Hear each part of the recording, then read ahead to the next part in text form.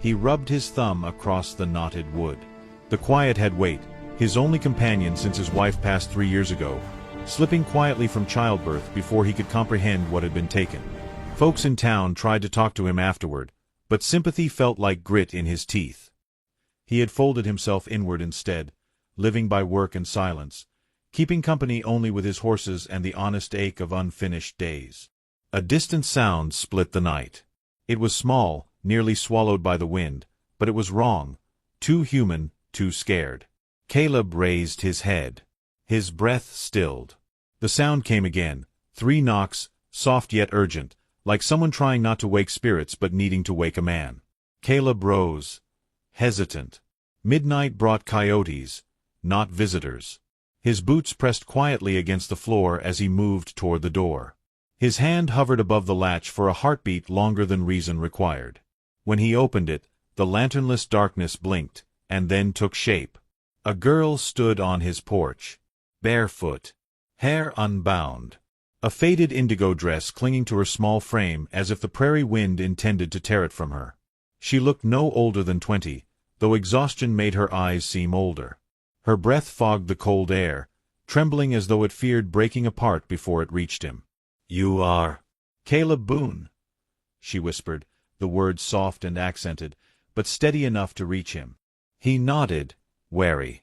The girl pressed her hands together, as if holding something invisible between them. "Mama is birthing a baby," she said. She cannot do it alone." The night seemed to pause. Caleb felt a sharp pull inside his ribs, familiar, unwelcome.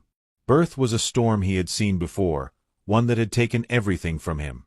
His throat tightened, the ghost of his wife's pale face flickering across memory. He stepped back half an inch, instinctively creating space he didn't want to explain. "There's the midwife," he muttered. "Etta Crowley. She lives closer to town." "I went." The girl swallowed. "She would not come. Mama is not from here. Said she is busy until sunrise." Her eyes lowered a moment, shame resting on her lashes. "Mama is hurting. Baby is coming too fast." Too fast. Caleb knew what that meant. Too fast often meant too late. A coldness slid through him, not from the winter but from the past rising like old smoke. He had sworn never to stand in a birthing room again. He was a rancher, not a healer. The prairie took women far stronger than he could protect. And this girl, she was a stranger. Chinese. One of the railroad families drifting on the edges of town. Helping her would invite whispers, trouble, pain. But she didn't move, didn't plead, didn't cry. She simply stood in the lanternless dark, hands clasped with quiet dignity, as though she already expected him to refuse and was prepared to bear that rejection, too. Something in the stillness around her felt too familiar, like the tired silence of someone who had already lost too much. "What's your name?" he asked. "Mei Lin," she said, bowing her head as though giving him something fragile. "How far?" "Half-mile," she whispered. "Mama cannot walk." I ran. Her breath was shaking now. Not desperate, controlled, measured, the way someone who had learned to hide fear would breathe. Caleb understood that kind of steadiness. It was the kind a person learned only after being ignored too often. He exhaled a slow breath, looked past her toward the prairie, toward the stretch of land where moonlight lay like spilled milk, toward the direction where a woman was fighting for her life, with no one except her daughter to hold her steady. Caleb felt his pulse shift, not quickening, but aligning, like a horse catching cue from its rider. "Hold on," he murmured. He reached for the lantern by the door and struck a match.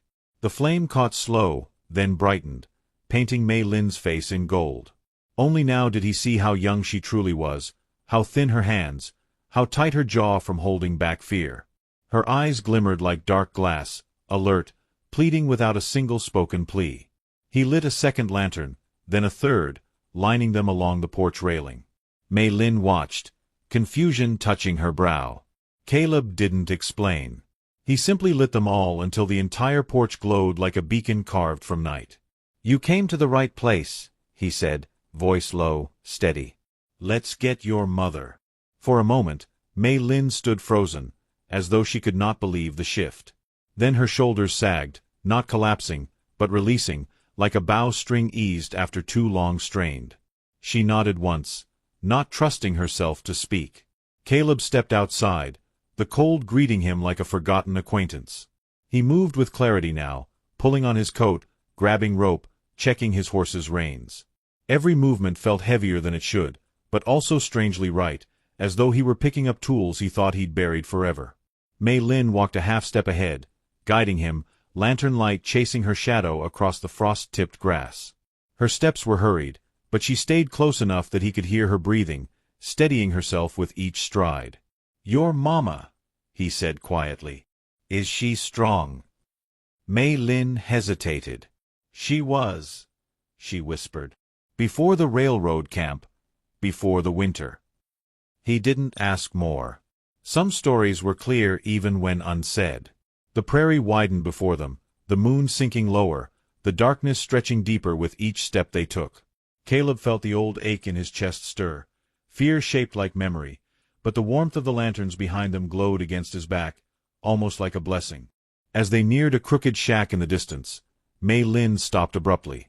Caleb followed her line of sight, and the breath in his chest tightened. A scream, faint but unmistakable, tore through the night. He looked at Mei Lin. She looked at him.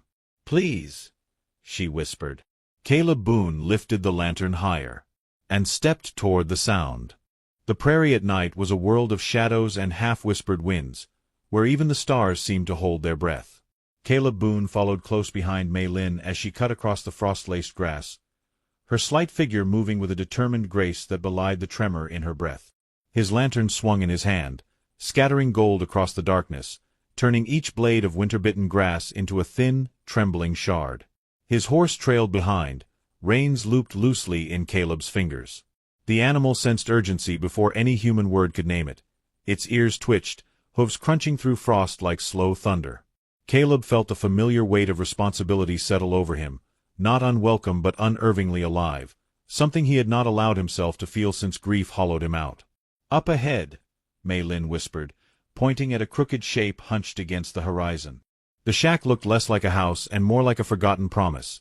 Half-broken roof sagging, planks warped, a faint orange glow pushing through the cracks where a fire burned too low. As they neared, a cry tore through the door, sharp, agonized, unmistakably human. Mei Lin's steps faltered, her hand flew to her mouth. Caleb reached out without thinking and steadied her elbow. She didn't pull away. For a moment their breaths mingled in the cold, her fear and his old sorrow intertwining like two strands of wind searching for direction. "She's strong," he murmured, though he wasn't sure if he was comforting her or himself. Inside the shack, heat and panic clashed in the air. The place was small, bare dirt floor, a thin mattress laid out near the hearth, steam rising off a pot of boiling rags. Lian Zhao lay on her side, gripping the blanket beneath her with white knuckles. Sweat slicked her brow. Her dark hair clung to her temples. Her breaths came in short, jolting bursts, each one sounding more exhausted than the last. Mei Lin dropped to her knees beside her mother, whispering in Mandarin before switching to English, voice trembling. "Mama, I brought someone. He will help." Caleb knelt, careful not to intrude, yet close enough to assess what little he remembered from his own haunted past. Lian's belly tightened again, and a guttural cry pushed through clenched teeth. "Too fast," Mei Lin had said. Too fast usually meant danger. Bodies weren't meant to hurry such ancient, difficult work. He checked the fire, fed it more wood, then scanned the dim room. No towels except what Mei Lin had washed. No tools except a kettle and a dull knife. No midwife. No backup. Just a girl trying to hold her mother together with bare hands and hope. "You boiled these?" Caleb asked. "Yes." Mei Lin lifted one with shaking fingers. "I did as I saw the midwife do last year when her neighbor had a baby." "You learn fast," he murmured. The praise startled her. She ducked her head quickly. He moved with deliberate calm, fetching the water, wetting cloths, cooling Lian's forehead. He didn't touch her belly, he knew his limits, but he could steady the world around her. Every movement he made dulled the edge of panic in the room, softening the air just enough that Lien was able to unclench her fists. A contraction ripped through her, wrenching her entire body upward. Mei Lin held her shoulders, whispering, praying. Caleb held the lantern higher, creating a pool of warmth in the dimness, a small piece of steadiness. "Where is the father?" he asked gently during the lull. Mei Lin's voice thinned. "He died on the railroad line 4 months ago. A rock slide. They sent us away when he did not return." Caleb's jaw tightened. Grief recognized grief. It moved similarly across all faces, all languages. Lien's eyes fluttered open then, fixing on him. In them he saw exhaustion layered with something else. Fear sharpened by the knowledge that she did not belong to this land, that if she slipped away tonight, the world would not pause long enough to notice. He bowed his head slightly in respect, and something in her gaze softened. Another contraction built. Mei Lin gripped her mother's hand as the shack rattled with pain. Caleb snapped into motion, refreshing the cloths, preparing the space, steadying the room again. Sweat gathered across his shoulders from the heat of the fire, but he didn't step back. Outside, a dog barked. A light flickered in the distance. Someone had noticed lanterns moving across the prairie.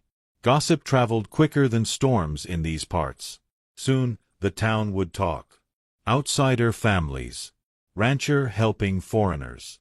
Caleb Boone losing his mind to grief and strangers. He pushed the thought away. He needed help. A real midwife. He looked at Mei Lin. "Stay with her." Her eyes widened. "Where are you going?" "To get Etta Crowley," he said. "She'll come when I'm the one asking." Mei Lin looked torn. "She refused me. I begged. She said Mama was not her concern." Lien moaned again, voice cracking like thin wood. Mei Lin flinched. Caleb placed a firm hand on the girl's shoulder. "Your mother needs her. Trust me." And for reasons she couldn't explain, she did. Mei Lin nodded. Caleb stepped outside.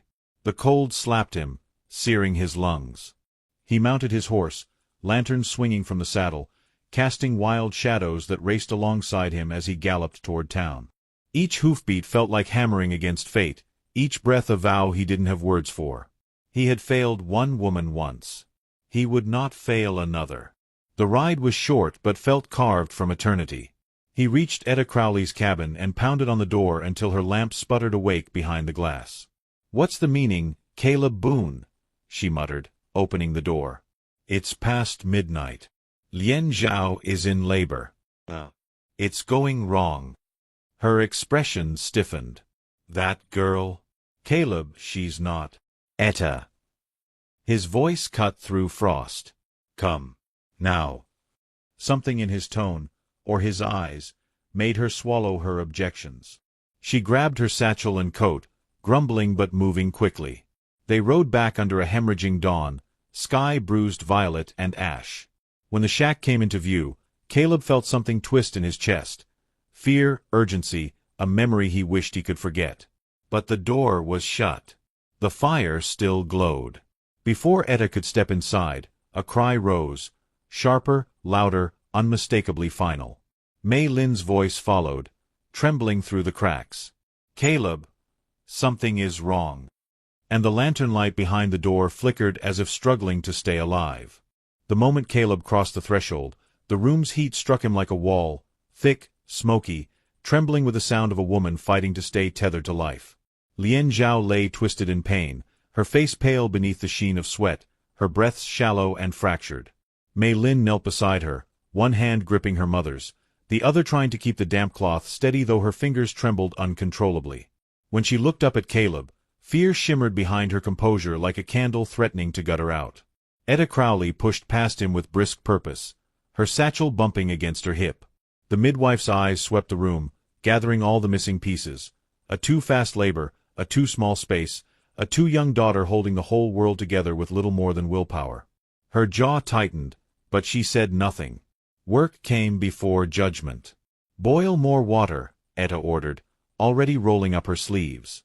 Caleb obeyed without argument. The kettle hissed as he set it on the fire, steam curling into the air like coiling spirits. Behind him, Lien cried out, the sound sharp enough to split the night a second time. Mei Lin flinched with every contraction, as if each one tore through her own body as well. Caleb felt something twist inside him, a remembered helplessness, an echo of kneeling beside another bed, another woman, another night he could not undo. He pushed the memory down. This wasn't the past. And it didn't have to end the same. Etta leaned over Lien, voice steady but urgent. Babies turned wrong. We don't have much time. Mei Lin stiffened. What does that mean? That we work quick and pray harder, Etta said. The girl's eyes darted to Caleb, searching for an anchor. He didn't offer false comfort, only a firm nod that seemed to give her spine strength again. She pressed her forehead against her mother's arm, whispering in Mandarin, her voice trembling but somehow calming the air around them. Etta guided Lien through the next contraction, adjusting her position, coaxing her body into cooperation. Caleb brought the water before she needed to ask, then fetched clean cloths, then stoked the fire. Every task felt like stitching together something fragile, trying to hold off whatever darkness hovered at the edges of the room. Minutes stretched the way hours stretch in a storm, slow, merciless, full of quiet terror. Lien's breathing grew ragged. Etta's hands moved fast. Mei Lin whispered prayers that blended with her mother's pained gasps. Caleb kept the lantern close, feeding its glow into the space like a vow. His palms felt slick, his heart beat too loud, the weight of being near another birth pressed against him with unbearable memory. But he anchored himself in movement, in service, in every small act that could save a woman who should never have been left to suffer alone. At last, Etta gave a low, commanding shout. Now, push. Lien's cry tore from the depths of her, raw and desperate. Mei Lin sobbed into her shoulder. The air trembled with the force of the moment. Then, silence. A heartbeat, maybe two. A thin wail rose, fragile but determined. Mei Lin gasped. Caleb's breath rushed out of him like something long held finally released. Etta worked quickly, clearing the baby's airway, rubbing its back until the weak cry grew stronger. A girl. Small, nearly weightless, but undeniably alive. Etta wrapped her in a cloth and handed her to Mei Lin, who cradled her like something holy. But the relief was short-lived. Lien sagged backward, eyes unfocused, breath too faint. Blood pooled where it shouldn't. Etta's face hardened. She's losing too much. Mei Lin looked up, panic slicing through her fragile joy. Mama? Mama. Caleb moved to her other side, steadying Lien's head. Lien, stay with us. Hear your daughter. Hear your granddaughter. Lien blinked slowly. Her lips parted, forming words Mei Lin understood long before English caught their shape. Be strong. Etta worked feverishly, applying pressure, using every scrap of knowledge she owned, but the blood kept coming. Caleb felt cold seep into his bones despite the heat of the fire. He had feared this, feared it with a familiarity that made his hands shake. No. Not again. Not like this. Not another woman fading beneath his helpless watch. He pressed down when Etta told him to, not flinching at the warmth of the blood soaking through the cloth. He kept his eyes on Lien's face, willing her to stay tethered to this world. Mei Lin whispered fiercely, urgently, as though fighting death with her voice alone. The minutes stretched, agonizing and fragile. Then, slowly, too slowly, the bleeding eased. Etta sagged with relief, though she kept her hands steady. She'll live, the midwife whispered. But she's weak. Very weak.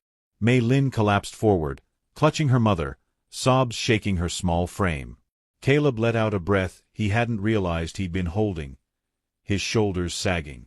The fear inside him loosened its grip, though it didn't leave entirely. It rarely did. Lien's hand rose weakly, brushing Mei Lin's cheek. Her voice was the faintest thread. Thank you. Caleb didn't know if it was meant for her daughter, for Etta, or for him. Perhaps for all three.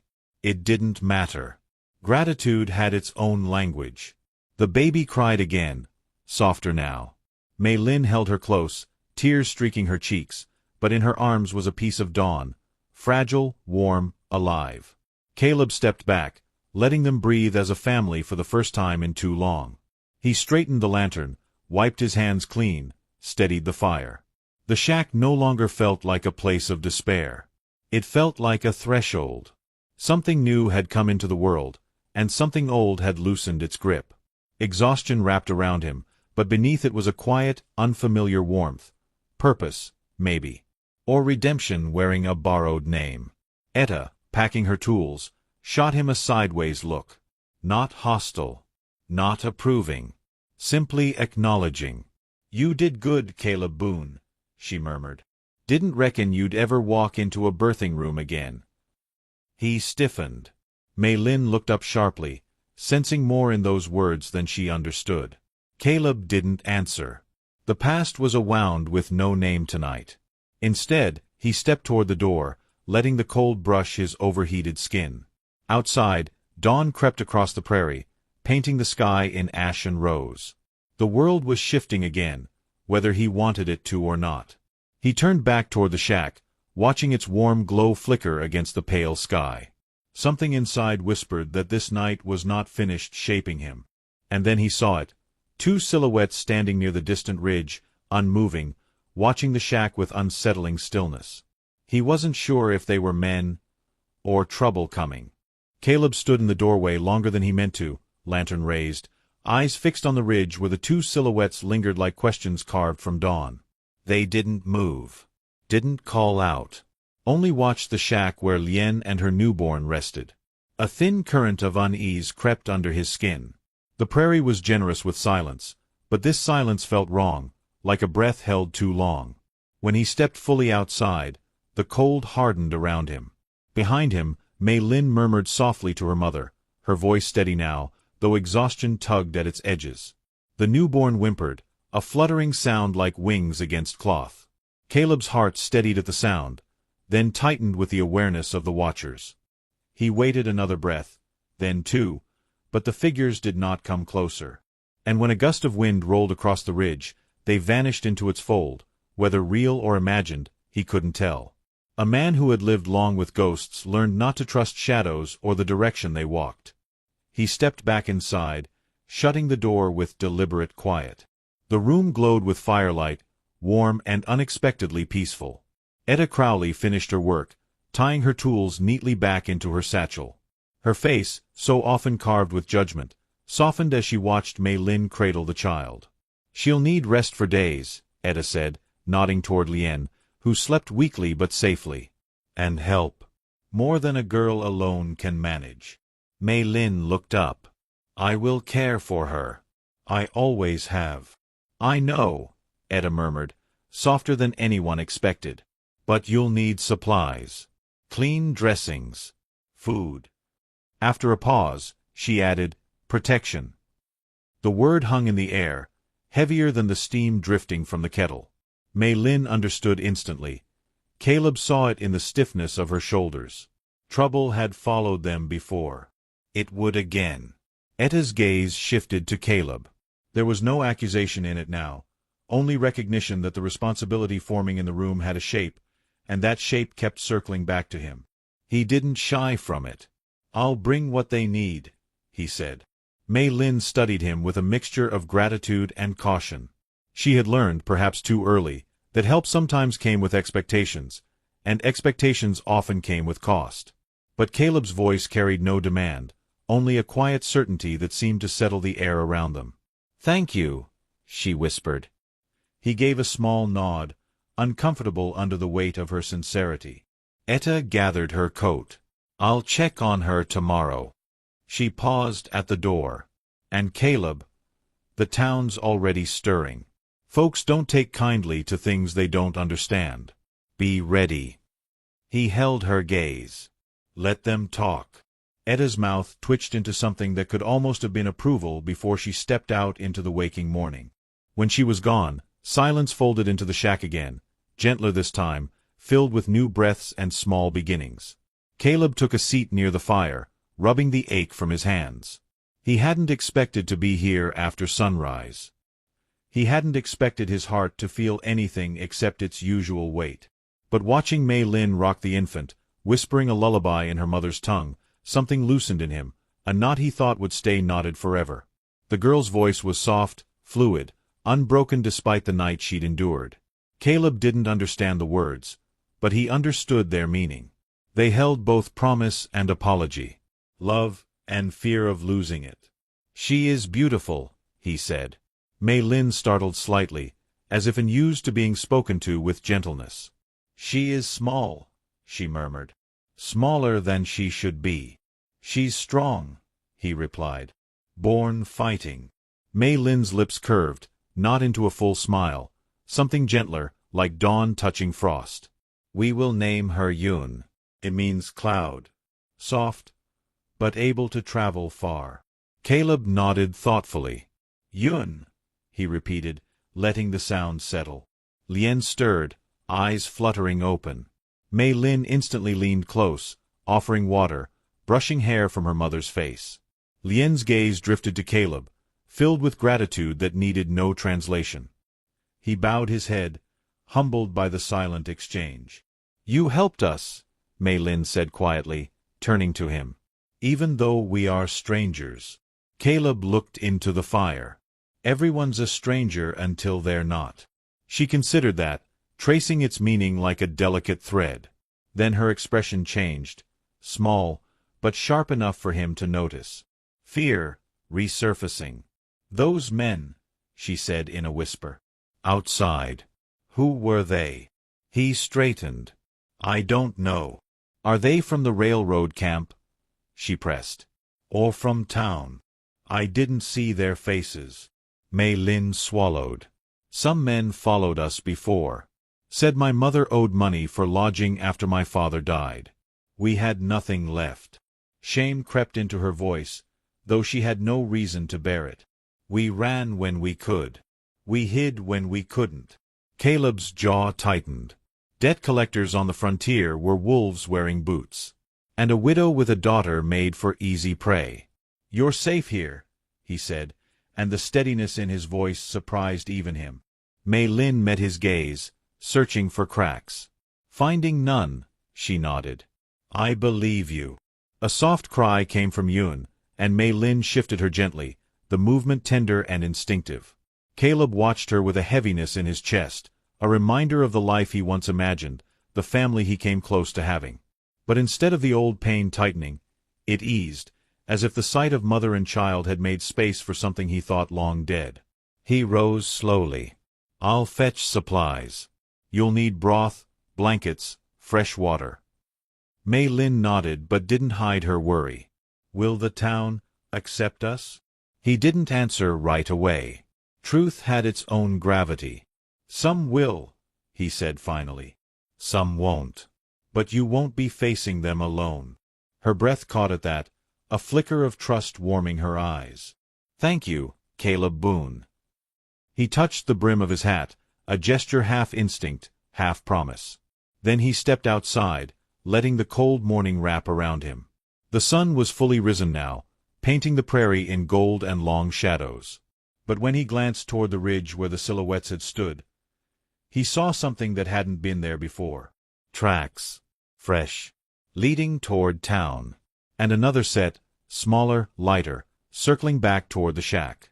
Not just watchers. Hunters. Caleb followed the tracks in the snow until they vanished into the rising wind, lines fading into the pale light like warnings whispered too softly. The earth was still cold beneath his boots, holding the memory of whoever had stood watching the shack before dawn. Every instinct in him tightened. Trouble was not simply near, it was circling. He turned back toward the crooked home where Mei Lin, Lien, and the newborn rested, lantern glow flickering softly against the thin wood. Life had entered that place only hours ago, delicate as breath on glass. He would not let danger take it. Inside, Mei Lin sat near the fire, Yun resting against her shoulder, tiny chest rising and falling with fragile rhythm. Lien dozed lightly, her color slightly improved, though her strength had not returned. The room carried the scent of boiled cloth, smoke, and new life, an ache and a balm intertwined. When Caleb entered, Mei Lin lifted her gaze at once, sensing the change in the air before he spoke. "What did you find?" she asked, her whisper threaded with dread. "Tracks," he answered simply. "2 sets." He removed his hat, letting the warmth settle over him. They were watching you. Her arms tightened around the infant. They found us again. Caleb crouched before her so they met at eye level. You're safe for now, but they'll return. He saw fear, exhaustion, resilience, all living inside her like embers. We need a plan. I can leave, she whispered. If they want money, if they want punishment for debts, they will follow me, not Mama. No, Caleb said, too quickly. The word surprised them both. He steadied his voice, softened it. Running won't save you. And you're not alone anymore. Her eyes glistened, not with tears, something deeper, a fragile belief she hadn't dared hold before this morning. Why are you helping us? She asked. He didn't answer right away. The fire crackled, filling the room with a gentle glow. Because I know what it is to lose everything, he said at last. And I know what it is to wish someone had cared enough to stand with me. She studied him, reading the truth behind his quiet tone. Mei Lin had learned long ago that the strongest vows were not shouted. They were spoken softly, then proven in action. Caleb Boone, with all his grief and silence, had proven more in one night than others had in years. Lien stirred, calling weakly for water. Mei Lin rose, rocking Yun gently as she helped her mother sip from a tin cup. Caleb watched the three of them, the fragile, beautiful circle that had formed in the dim hours of a winter dawn. They were strangers only by circumstance, not by spirit. Something bound them now. Something he couldn't name but felt with a certainty that startled him. He moved toward the door. I need to fetch supplies from town. I'll be quick. Mei Lin turned sharply.